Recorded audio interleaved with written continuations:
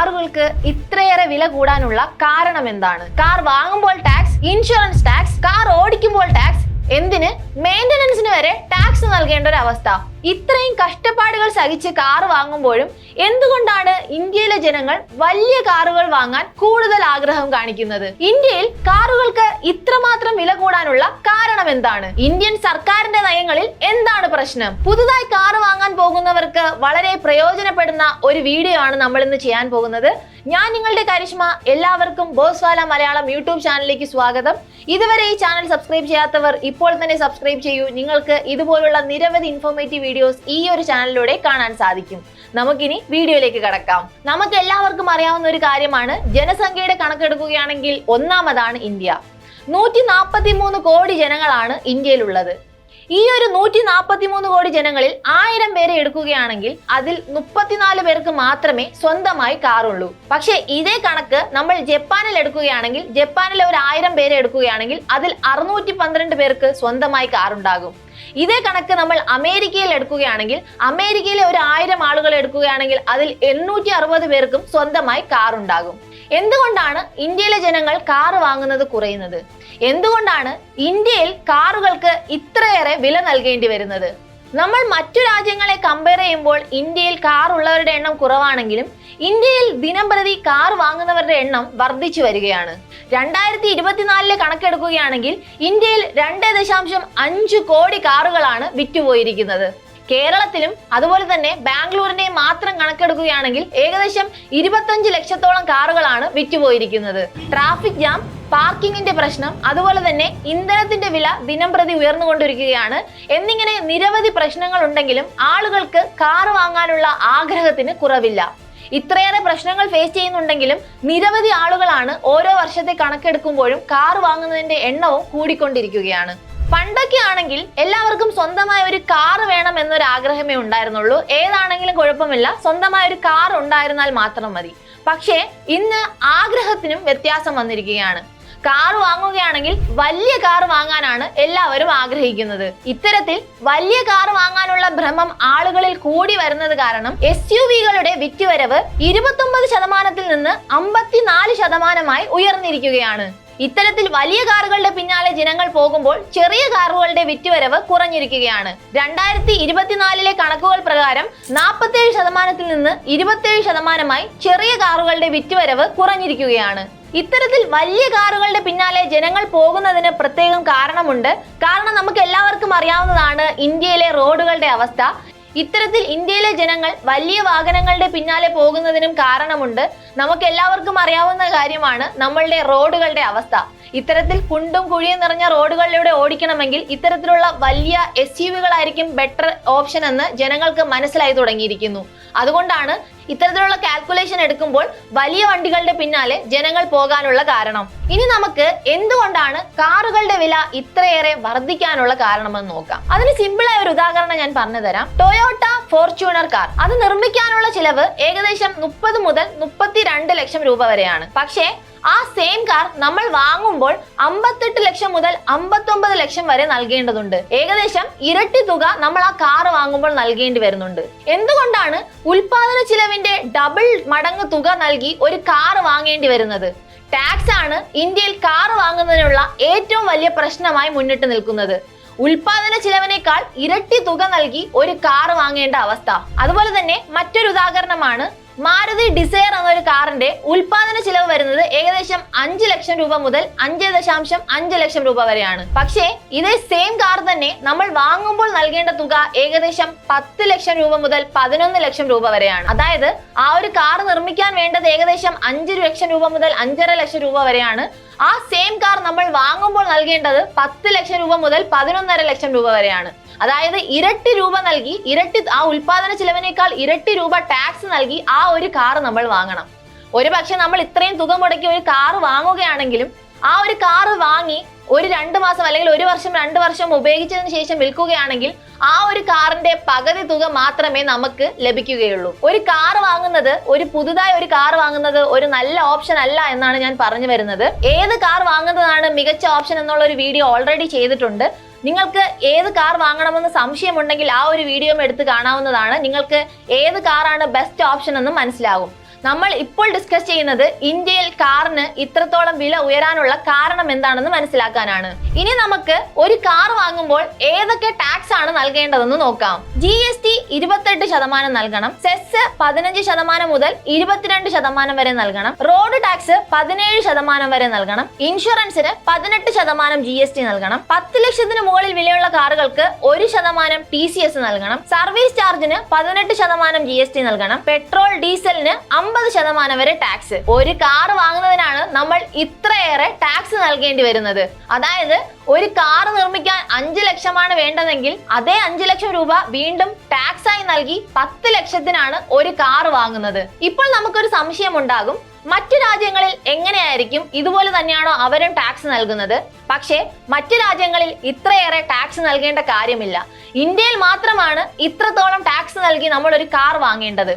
നമുക്കിനി മറ്റു രാജ്യങ്ങളുടെ ടാക്സും ഇന്ത്യയിലെ ടാക്സും തമ്മിൽ ഒരു കമ്പാരിസൺ നടത്താം. ആദ്യം നമ്മൾ ഇന്ത്യയുടെ ടാക്സ് പരിശോധിക്കാം. ഇന്ത്യ എടുക്കുകയാണെങ്കിൽ 28% ടാക്സും നൽകണം, പ്ലസ് സെസ് വരുന്നത് 22%. അപ്പോൾ ഏകദേശം നമ്മൾ ഒരു 50% ടാക്സ് നൽകണം. പക്ഷെ ചൈന എടുക്കുകയാണെങ്കിൽ ചൈനയിൽ വെറും 16% ടാക്സ് നൽകിയാൽ മതിയാവും. ജപ്പാനിൽ വെറും 10% ടാക്സ് നൽകിയാൽ മതിയാവും. ജർമ്മനി എടുക്കുകയാണെങ്കിൽ 19% ടാക്സ് നൽകണം. അമേരിക്ക ആണെങ്കിൽ പരോക്ഷ ടാക്സ് ഇല്ല. നമ്മൾ ഈ വീഡിയോയുടെ ആദ്യ തുടക്കത്തിൽ പറഞ്ഞിട്ടുണ്ടായിരുന്നു, ഇന്ത്യയിൽ 1000 പേരെ എടുക്കുമ്പോൾ അതിൽ ഏകദേശം 36 പേർക്കേ സ്വന്തമായി കാറുള്ളൂ. പക്ഷേ അതേ 1000 പേരെ ജപ്പാനിൽ എടുക്കുകയാണെങ്കിൽ അവിടെ ഏകദേശം 612 പേർക്ക് സ്വന്തമായി കാറുണ്ട്. അമേരിക്ക എടുക്കുകയാണെങ്കിൽ ഏകദേശം 800 സംതിങ് ആളുകൾക്ക് സ്വന്തമായി കാറുണ്ട്. അപ്പോൾ അതിന്റെ റീസൺ എന്താണെന്ന് നിങ്ങൾക്ക് മനസ്സിലായിട്ടുണ്ടാവും.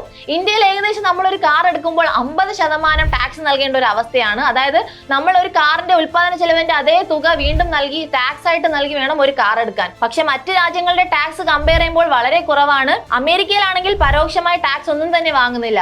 അപ്പോൾ 1000 പേർക്കെന്നല്ല, എത്ര പേർക്ക് വേണമെങ്കിലും വളരെ കുറഞ്ഞ തുകയിൽ ഒരു കാർ എടുക്കാവുന്നതാണ്. പക്ഷെ ഇന്ത്യയിൽ അത് സാധിക്കില്ല. ഇന്ത്യയിൽ കാറിന് ഇത്രത്തോളം വില കൂടാനുള്ള കാരണവും ഇത്തരത്തിലുള്ള വലിയ രീതിയിലുള്ള ടാക്സ് നൽകുന്നതാണ്. ഇനി നമുക്ക് കാറിന്റെ നീളവും ടാക്സും തമ്മിൽ എന്തെങ്കിലും ബന്ധമുണ്ടോ എന്ന് ചെക്ക് ചെയ്യാം. 2006 മുതൽ 7 വരെയുള്ള കാലഘട്ടത്തിൽ കാറിന്റെ നീളമനുസരിച്ച് ടാക്സ് നൽകാനുള്ള പദ്ധതി വന്നിട്ടുണ്ട്. ഉദാഹരണത്തിന് 4 മീറ്ററിനുള്ളിലുള്ള പെട്രോൾ കാറുകൾക്ക് 29% ടാക്സ് നൽകേണ്ടത്.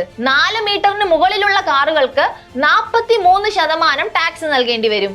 അതുപോലെ തന്നെ SUV 1500cc plus 170 mm ground clearance കാറുകൾക്ക് 50% ടാക്സ് നൽകേണ്ടി വരും. ഇലക്ട്രിക് വെഹിക്കിൾ ആണെങ്കിൽ GST മാത്രം 5% നൽകേണ്ടി വരും. അപ്പോൾ നമ്മൾ ആദ്യമേ പറഞ്ഞ ഒരു കാര്യമാണ്, ഇന്ത്യയിലെ ജനങ്ങൾക്ക് വലിയ കാറുകളോടാണ് താല്പര്യം. എന്തുകൊണ്ടാണ് ഇന്ത്യയിലെ ജനങ്ങൾ വലിയ കാറുകൾ ഇഷ്ടപ്പെടുന്നതെന്ന് നമുക്ക് നോക്കാം. ആദ്യം തന്നെ വലിയ കാറുകൾ എടുക്കാനുള്ള ഒരു കാരണമായി നമുക്ക് പറയാൻ സാധിക്കുന്നത് ആ കാറുകൾ നമുക്ക് നൽകുന്ന സുരക്ഷ തന്നെയാണ്. സുരക്ഷ, സ്റ്റെബിലിറ്റി, എയർ ബാഗ് എന്നിവയാണ് വലിയ കാറുകൾ ആളുകൾ ചൂസ് ചെയ്യാനുള്ള കാരണം. ഞാൻ ഓൾറെഡി പറഞ്ഞു, നമ്മളുടെ ആ ഒരു വഴിയും നമ്മളുടെ ആ റോഡിന്റെ അവസ്ഥയ്ക്കും ഒരു വലിയ കാർ വാങ്ങുന്നതാണ് നല്ലത്. നമ്മളുടെ ഇന്ത്യൻ റോഡിൽ നമ്മൾ യാത്ര ചെയ്യുമ്പോൾ എപ്പോൾ എവിടെ നിന്ന് അപകടം വരുമെന്ന് ആർക്കും പ്രെഡിക്റ്റ് ചെയ്യാൻ സാധിക്കില്ല. അപ്പോൾ ഇത്തരത്തിൽ വലിയ കാറുകളും സേഫ്റ്റി മെഷേഴ്സും എടുക്കുന്നതായിരിക്കും വളരെ മികച്ചൊരു തീരുമാനം. പിന്നെ നമുക്ക് പറയാൻ സാധിക്കുന്നത്, ഇന്ത്യക്കാർക്ക് കാർ ഒരു വാഹനം മാത്രമല്ല, അത് അവരുടെ ഒരു സ്റ്റാറ്റസിന്റെ ഒരു പ്രതീകമായിട്ടാണ് കണക്കാക്കുന്നത്. അത് ഞാൻ പറയാൻ കാരണം, ഒരു വലിയ കാർ ഉണ്ടെങ്കിൽ അല്ലെങ്കിൽ വീട്ടുമുറ്റത്ത് ഒരു വലിയ കാർ ഇട്ടിട്ടുണ്ടെങ്കിൽ അവരൊരു ധനികനായി ആളുകൾ കണക്കാക്കുന്നു. അപ്പോൾ ആളുകൾ ഇത്തരത്തിൽ തങ്ങളുടെ സമ്പത്തും അതുപോലെ തന്നെ തങ്ങളുടെ ഒരു പ്രൗഢി കാണിക്കാൻ ഒരു അഭിമാനമായിട്ടാണ് കാറുകളെ കൊണ്ട് നടക്കുന്നത്. ഇത്തരത്തിൽ വലിയ കാറുകൾ വാങ്ങുന്നത് തങ്ങളുടെ പ്രൗഢിയും അതുപോലെ തന്നെ തങ്ങളുടെ കയ്യിൽ ഒത്തിരി കാശുണ്ടെന്ന് ആളുകളെ കാണിക്കാനുള്ള മാർഗമായിട്ടാണ് കാറുകളെ ആളുകൾ കണക്കാക്കുന്നത്. അപ്പോൾ ഇത്തരത്തിൽ വലിയ കാറുകളുടെ പിന്നാലെ ആളുകൾ പോകുന്നതിനുള്ള കുറെ കാരണങ്ങളാണ് ഞാൻ ഇപ്പോൾ പറഞ്ഞത്.